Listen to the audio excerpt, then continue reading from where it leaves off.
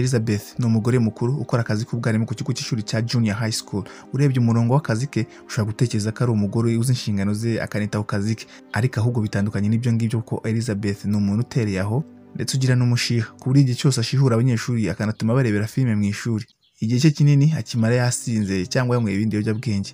Intego yonyine agira mu buzima Elizabeth ni ugushyingiranwa n'umutipe ufite amafaranga akazayamurya. Mu magambo make ni umukuzi w'ibyinyo. Magingo ya Elizabeth aba ari gukundana n'umwana w'umukire ndetse ibintu bimeze neza kuri we ku buryo umunsi umwe muri bwa bujiji twavugaga yivanye ku kazi kuko avuga ko atagikeneye akazi. Gusa ageze mu rugo yasanze Sheri na mama we bamutegereje ndetse mu buryo bumutunguye Sheri we ntabwo agishaka gushyingiranwa nawe kubera ko aba yamaze kubona yuko nta kindi kintu kimugenza usibye amafaranga, kuko mu mezi menshi ashize aba yaramwibye amafaranga mu ikofi, mu biro, akiba n'amafaranga ya nyina akajya kwigurira ibintu bihenze. Elizabeth yagiye gusobanura kuko babibona atari byo. Ibi bintu rero bisiga Elizabeth mu ihurizo kuko usibye inzozi ze zo gushyingirwa n'umukire wazipfuye ubu none aba ari n'umushomeri. Elizabeth atangiye gushaka akazi mu mezi akurikiraho, ariko kubera ko nta n'impano yindi yagiraga nta muntu wari kumuha akazi. Bwa nyuma yagabanyije ka gasuzuguro asubira muri cya kigo yigishagaho cya Junior High School. Umunsi wa mbere akihagera yahuye n'umwanzi we wa kera Amy Square. Bombi bashyushyurana utugambo batukana ndetse aho ngaho bihita bigaragara yuko babangana bya hatari. Nyuma y'ibi ngibi Elizabeth yagiye mu ishuri azajya yigishamo, aho abanyeshuri bishimiye kongera kumubona, ariko we nta n'icyo babyitayeho ndetse uwo munsi nta n'ubwo abigisha ahubwo ahita atangira kwirira ibya mu gitondo. Aho ngaho abanyeshuri batangiye kubona ko bashaka kwiga isomo, yahise bacana aka televiziyo ahubwo atuma birebera agafilme kitwa Stand and Deliver avuga yuko ngo kazabafasha kuzamura amanota. Uyu mwarimu ari kumumpa kera we ayiwe. Mu kiruhuko cya saa sita Elizabeth yiyunze n'inshuti bafite yonyine muri icyo kigo yitwa Lynn, ubu ari n'umwarimu mugenzi we.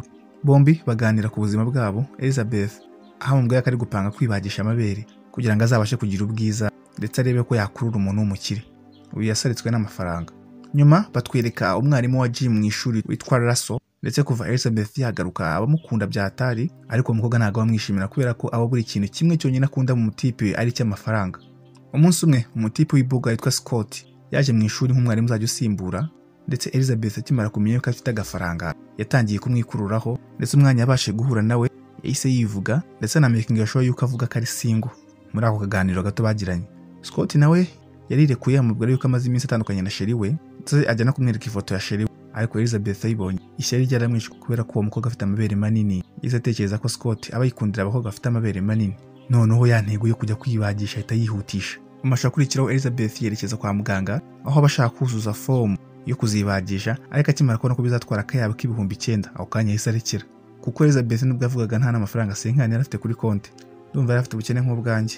Ubwo aba agomba gutegereza. Iryo joro yatangiye guhamagara abashuti bashaka ko bamuremera kugira ngo abone ukuntu yibagisha, gusa bose kubera ukuntu abagira imico mibi bahita bamukupa. Elizabeth abuze uko agira yasubiye kwa Sheri we amusaba ko agomba kwishyura ibihumbi 9, ariko umutipe nawe aramukata ahita anamukupa.